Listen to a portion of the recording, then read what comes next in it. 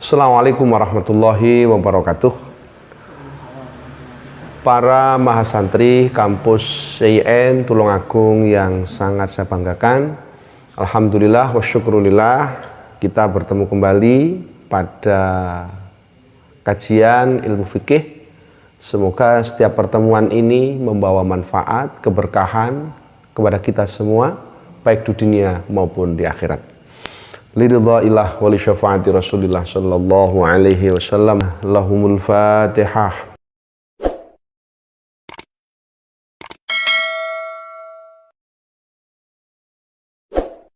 Bismillahirrahmanirrahim. Faslun. Wal istinja'u utawi cewek. Wal istinja'u utawi cewek iku wajibun wajib minal bauli saking uyuh wal ghaiti lan tai wal afdalu utawi kang luweh utama iku ayastanjia yen to istinja sapa wong utawa cewek sapa wong bil ahjari kelawan pira-pira watu summa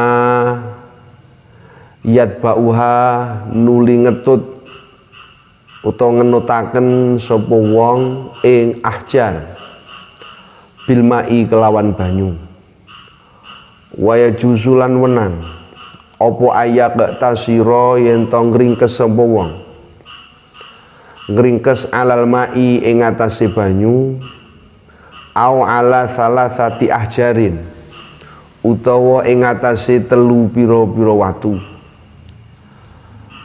yungki kang ngilangaken sapa wong bihina kelawan salasati ahjar ngilangno al mahalla ing panggonane najis fa idza arada mongko nalikane ngarepaken sapa wong tegese wong iku mustanji al iqtisara ing ringkes ala ahadihima ing atase salah sijine mak lan hajar fal ma'u mongko utawi nggunakaken banyu iku afdhalu luweh utama cara ditakwil ay minal hajar wae jetani bulan ngedoi sapa wong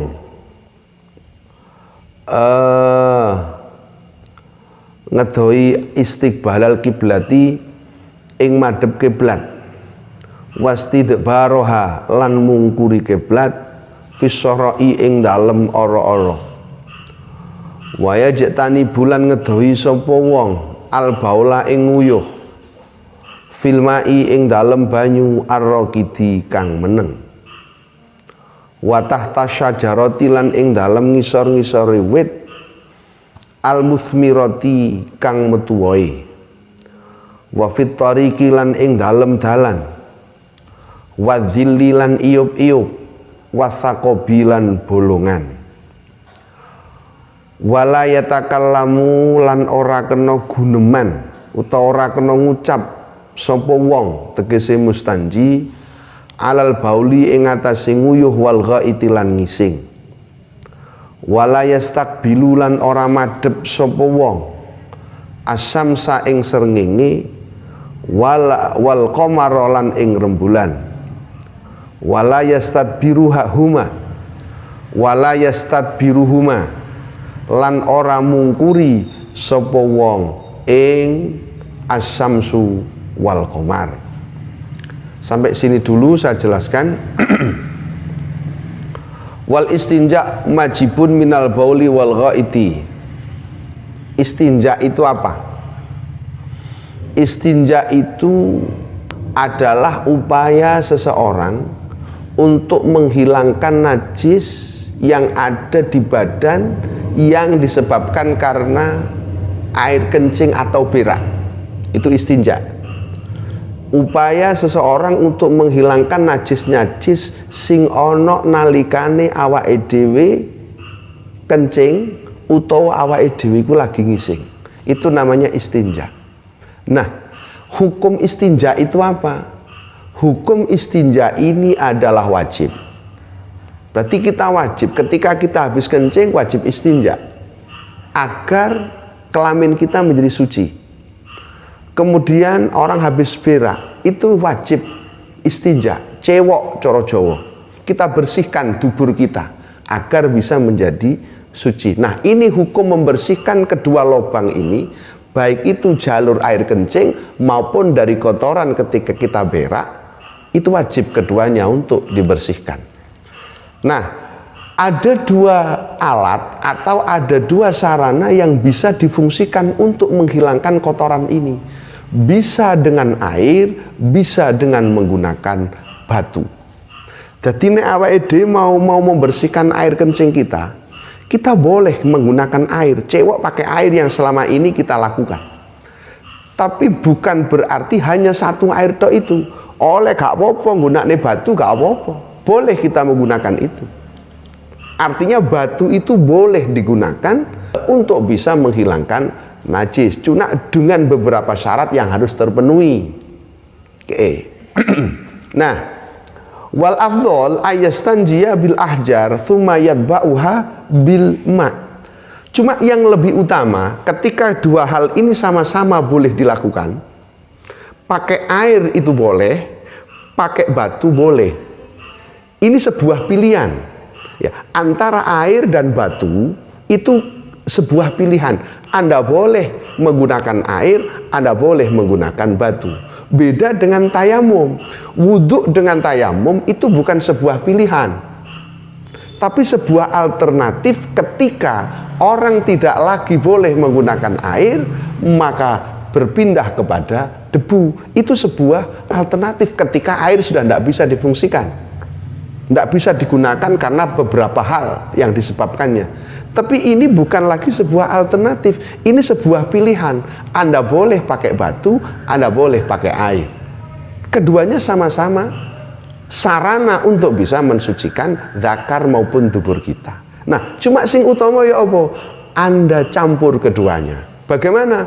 Pertama, Anda bersihkan zakar panjenengan atau dubur panjenengan, habis setelah itu baru disucikan dengan menggunakan air. Jadi kalau batu itu sudah suci, cuma lebih utama dikasih air lagi.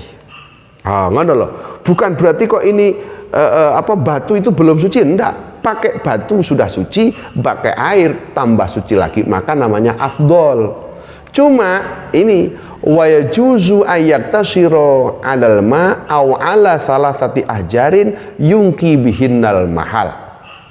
Cuma kalau kita mau milih, mau meringkas, dulukan air.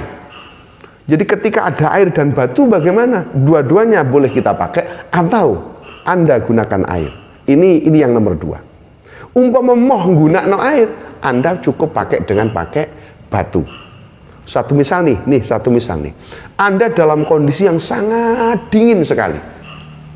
Kemudian malam-malam kamu kencing karena ndak mau kedinginan yang luar biasa, musim bediding itu loh. Kok dingin banget, maka Anda boleh cewek tidak menggunakan air, cukup ambil batu. Sifatnya batu bagaimana? Yungki bihinnal mahal. Yang batu ini bisa menghilangkan tempat-tempatnya najis. Nah, syaratnya minimal 3 batu. Jadi ada 3 batu, itu syarat yang pertama. 3, boleh 3, boleh 5, boleh 7, itu sunnahnya. Tapi minimal 3 ini harus. Yang kedua, batu ini harus bisa menghilangkan kenajisan. Sehingga batu yang terbuat dari marmer, itu yang mengkilat-mengkilat, itu tidak boleh batu begitu. Jadi ini benar-benar batu yang bisa kotorannya neresep ke situ. Jadi diambil kayak batu ini, batu yang dibuat untuk bangunan, itu boleh. Tapi kalau batu-batu, jenis-jenis batu, batu hias atau itu keramik, ini tidak boleh. Karena ia tidak bisa neresep. Nah, itu syaratnya batu diantaranya itu. Ya, ini yang harus diperhatikan oleh kita semua. Oke, saya lanjut. Wa yajtanibu istiqbalal qiblah wastidbaroha fis sahra. Kita ini diharuskan ketika membuang hajat, kita ini diharuskan untuk menghindari menghadap kiblat atau menghindari membelakangi kiblat. Tapi gak oleh nguyuh madhep kiblat atau nguyuh membelakangi kiblat, itu gak oleh. Ini berlaku ketika kita melakukan itu berada di luar rumah. Katakanlah ya di tempat terbuka tapi tidak ada orang. Nah, katakanlah mungkin di sungai. Ini Anda buang hajat di sungai. Nah, ketika tidak ada orang, Anda jangan menghadap kiblat. Tapi ketika Anda berada di dalam rumah, nek sampean niku nang jero omah, yo gak apa-apa madhep kiblat, yo gak apa-apa mungkuri kiblat, gak apa-apa. Itu kalau kita berada di dalam artinya itu berada di dalam gedung tertutup, di dalam ruang yang tertutup. Tapi kalau di ruang terbuka, maka harus dihindari menghadap kiblat maupun membelakangi kiblat. Selanjutnya, wa yastanibu al-baula fil mai ar-raqid. Kita hindari kencing itu di air yang tenang. Artinya air itu nggak mengalir. Berarti banyune mung titik di situ. Jangan. Kita hindari itu. Berikutnya, wa tahta syajar di al-musmirah, berada di bawah pohon yang berbuah. Pertanyaannya, ini pohon sedang berbuah atau pohon yang punya potensi berbuah? Nah, yang dimaksud di bawah pohon berbuah ini adalah semua pohon yang punya potensi berbuah, gitu loh. Artinya Anda kencing di bawah pohon pisang, sekalipun pada saat itu belum ada buahnya, hindari itu. Bukan kok pada saat wit iku isih lagi ono, woe gak ngono. Jadi wit yang saat itu yang ada potensi berbuah, ya katakanlah pohon pisang, telo dan macam-macam itu. Wit semongko, alah gurung ono woe tak uyuwi. Gak. Pokok pohon yang pada akhirnya akan berbuah, maka itu dihindari kencing di bawahnya. Oke. Wa fit thoriq, dan di jalan, orang kencing kok di jalan. Wadilib di tempat-tempat yang teduh, biasanya mengapa? Karena tempat teduh itu biasanya untuk berhenti orang. Kalau di situ ada air kencing, mau tidak mau kan ada bau, sehingga Anda hindari berkencing di situ. Wasakop, dan tempat yang berlobang, karena tempat-tempat yang berlobang itu biasanya tempat ini untuk hidup binatang-binatang jenis serangga. Kadang nang jurune ono semute, kadang nang jurune itu kemudian Anda kencing di situ. Hindari, kasihan dia juga makhluk Gusti Allah. Ojo nguyuh nang kono. Wala yatakallamu al-baul wal ghaid illa li darurah. Ketika Anda ini buang hajat, makruh Anda bercakap-cakap. Nalikan ngisi ngobrol, nalikan nguyuh ngobrol, itu dihindari. Kecuali kalau memang ada darurat. Satu misal nih, ada orang tanya, anak saya di mana, ada yang tahu? Anda bilang tidak tahu. Nah, begitu, hanya itu tok, itu namanya darurat.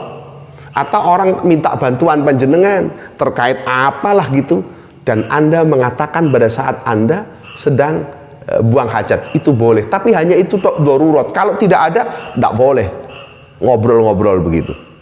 Wala yastaqbilu syamsa wal qamar. Anda ketika buang hajat jangan menghadap ke matahari maupun menghadap ke rembulan. Ini tetap ketika Anda berada di ruang terbuka. Kalau di ruang tertutup boleh. Oke. Bismillahirrahmanirrahim. Faslun. Walladzi utawi perkara yungkidhu kang batalaken apa ladzi al wudu'a ing wudu iku sitatu asya'a, ana 6 pira-pira perkara. Rupane 6 ma rupane barang. Kharaja kang metu apa ma minas sabilaini saking dalan loro. Wan naumulan turu ala ghairi hayatil mutamakkini ing atase liyane tingkae wong kang netepaken bokonge. Wa zawalul akli lan ilange akal bisa karin sebab mendem au maradin utawa lara walam surrajuli lan demeke wong lanang al mar'ata ing wong wadon al ajnabiyata kang liya oleh demek mau min ghairi hailin saking tanpa aling-aling. Wa masu farjil adami lan demek farjine anak Adam bibatinil kafi kelawan jerone epek-epek wa masuhalaqati duburihi lan demek kolohane. Kolohane itu lobang dubur. Lan demek kolohane dubure wong alal jadidi ing atase dawuh kang anyar. Bismillahirrahmanirrahim. Sekarang kita membahas tentang hal-hal yang membatalkan wudhu. Kalau kemarin kita sudah bahas tentang wudhu, sekarang yang batalkan wudhu itu apa saja? Bismillahirrahmanirrahim. Walladhi yungkidul wudhu sittatu asya. Segala sesuatu atau hal-hal yang bisa membatalkan wudhu itu ada 6 perkara. Jadi barang sing batal ke wudhu itu ono 6. Nomor 1. Nah, ini nomor 1. Nomor 1 adalah makharaja minas sabilain. Segala sesuatu yang keluar dari 2 jalan yang ada di bawah, air kencing maupun yang dari dubur. Pokok barang itu metu teko itu dari jalan yang biasa keluar air, tempat kencing itu, dan segala sesuatu yang keluar dari dubur, sekalipun barangnya langka. Suatu misal nih, kamu tidak terbiasa tahu-tahu pada saat buang hajat yang keluar telur ayam, kan tidak biasanya. Ini kan jarang-jarang ini. Orang tidak ada yang keluar telur. Andai kata saja ada orang pada saat keluar buang hajat keluar telur, bagaimana? Batal tidak wudhunya? Batal. Sekalipun ini tidak menjadi kelaziman. Wong gak lazime kok. Kan yang mestinya batalkan wudhu itu kencing, ya kan gitu toh. Ada madhi, ada wadi. Nah, ini kemudian ya, berak kita. Ini satu misal nih, kamu nelen emas. Jadi satu ketika kamu menelan emas, ya, kemudian keluar emas tanpa ada kaon opo-opo, kok keluar dari situ tahu-tahu emas, bagaimana? Batal wudhunya. Tapi ada satu hal yang keluar dari situ tapi tidak najis, apa? Sperma. Sperma ini sekalipun keluar dari jalan yang biasa keluar, sperma itu hukumnya tidak najis, gitu loh. Jadi wadi najis, madhi najis, air kencing najis, ini semuanya najis. Tapi sperma hukumnya tidak najis. Artinya ketika sperma ini mengenai sarung, ketika sperma itu mengenai celana, maka sarung itu tidak perlu disucikan, celana itu tidak perlu disucikan. Berarti kalau begitu sholat pakai celana yang ada spermanya, boleh apa tidak? Boleh, tidak najis. Beda ketika sarung atau celana terkena air kencing. Orang wong ising mencret kemudian mengenai sarungnya, najis, wajib disucikan. Tapi kalau urusan sperma dia tidak najis, sehingga ngenai opo wae gak opo-opo, suci. Oke. Yang berikutnya adalah wanaumu ala ghairi hayatil mutamakkini. Orang yang tidur tapi tidak menetapkan pantatnya di bumi. Jadi turu gak netapkan pantat. Artinya dia tidur dalam kondisi berbaring, dia tidur dalam kondisi tengkurap. Satu misal nih seperti itu. Lah, ini bagaimana? Batal wudhunya. Lah, turu sih gak batal sih apa? Tidurnya orang duduk kayak saya ini nih, kayak saya ini. Nah, seperti ini, pantat saya ada di lantai seperti ini, maka gak apa-apa, gak batal wudhu. Ini loh. Ini ya. Dalilnya apa ini? Wa dalilun nakti binaum. Dalil-dalilnya sesuatu yang membatalkan wudhu disebabkan oleh tidur. Ini adalah hadis Rasulullah Shallallahu Alaihi Wasallam, al-ainani wika usahi. Kedua mata ini adalah talinya dubur. Kedua mata ini adalah talinya dubur. Maksudnya apa? Faida namatil ainan intolakol waka faman nama falyatawaddo. Ketika kedua mata ini tertutup, terpejam, maka otomatis tali itu akan lepas. Gini, orang itu kalau melek, orang mau kentut bisa ditahan. Uang itu nak melek, kroso kentut bisa ditahan. Tapi ketika kita tidur, maka tidak bisa ditahan. Ini makanya kata Rasul, al-ainani wika usahi. Ada yang mengatakan waka usahi. Kedua mata ini merupakan talinya dubur. Ketika mata melek, maka dubur bisa diikat. Tapi ketika mata ini tertidur, maka lepas tali. Sehingga pada saat tidur, pada tidur, nah, begitu itu. Karena memang lepas.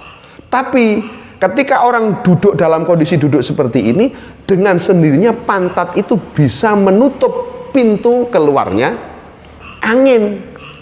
Gitu loh. Sehingga ketika orang tertidur sekalipun tidak bisa keluar angin yang dari dalam perut kita. Ini. Oke, berikutnya. Wazawalul akli bisa karin au marodin. Hilangnya akal yang disebabkan oleh mabuk, sakit, deleming.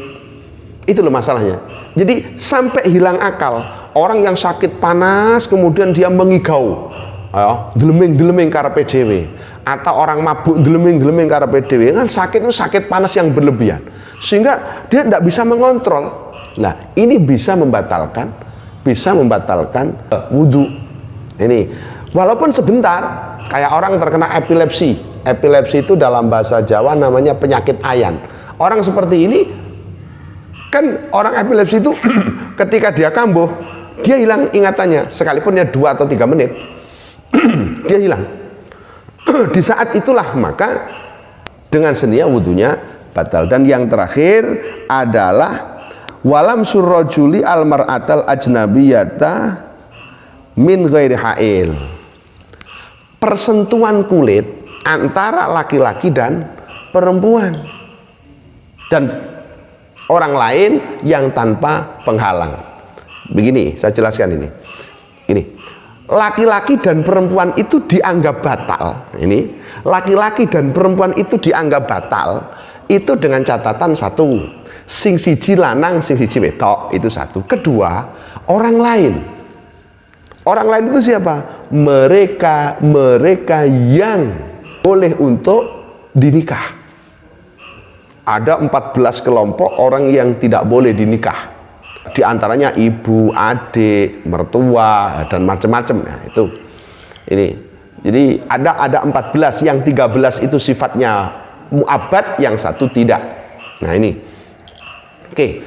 Yang demikian ini loh maksudnya. Jadi sing koyok model koyok ini satu, siji lanang siji wedok, loro kudu wong liya. Siapa perempuan lain itu? Perempuan yang tidak boleh kita nikah. Adik kita tidak boleh kita nikah, maka kita bersentuhan tidak apa-apa. Ibu kita itu tidak boleh untuk dinikah, bersentuhan tidak apa-apa. Berarti semua perempuan yang Anda boleh untuk menikah itu batal. Ia teman kampus, tetangga, pokok bukan saudara. Nah, urusan saudara ini ada berapa? Ada 14. Nah, ada 14 orang. Berikutnya, yang dua sama-sama dewasa. Ada orang umur 20 menyentuh perempuan umur 5 tahun. Ya gak apa-apa. Sing lanang umur 20, sing wedok 5 tahun, gak apa-apa. Sing wedok umur 17, sing lanang umur 7 tahun, ya gak apa-apa. Berarti harus syarat-syaratnya harus sama-sama dewasa. Kedua, tidak ada hail. Tidak ada penghalang. Antara, katalah ini, ada perempuan menyentuh tangan saya tapi mengenai baju ini, ya gak apa-apa, gak batal, ada hail. Tapi begitu dia menyentuh kulit ini, maka batal ini. Oh, gitu loh. Jadi ketika yang disentuh di sini batal, tapi kalau yang di sini gak apa-apa. Nah, ini ya. Kemudian berikutnya wa massu farjil adami bibatinil kaf. Menyentuh farjinya anak Adam dengan batinul kaf. Batinul kaf itu gimana toh? Ini loh. Ini nih. Yang kelihatan itu namanya zahirul kaf. Tapi yang ini yang tidak kelihatan ini nih, ini namanya batinul kaf. Artinya ketika telapak tangan ini yang seperti ini, ukurannya seperti ini nih, ketika menyentuh farji batal. Tapi farjine wong loh. Ketika Anda menyentuh farjine sapi satu misalnya, boleh wedus itu kamu demek, yo gak batal karena dia bukan manusia. Demek bol pitik, yo gak batal, hanya najis ya, wajib untuk disucikan krono onok teleke, tapi gak batali. Tapi ketika menyentuh farjinya manusia itu di samping najis juga batal. Ini loh, ini anaknya sendiri ini tangan ini ngiwik-ngiwik ini dakarnya atau ngiwik-ngiwik bol, maka batal. Wudunya dengan sendirinya batal. Tapi nek ngiwik-ngiwik bol pitik gak batal, mek isuh krana najise ana teleke. Demek apa itu boleh wedhus suatu misal, ya gak apa-apa. Cuma Anda terkena najis wajib dibersihkan. Yang terakhir wa massu halaqati duburihi, demek halakoh ya yang ditubur itu, tapi ini menurut kaul jadid. Mungkin itu pertemuan ini yang dapat saya sampaikan, semoga memberi manfaat. Wallahul muwaffiq ila aqwamit thoriq. Assalamualaikum warahmatullahi wabarakatuh.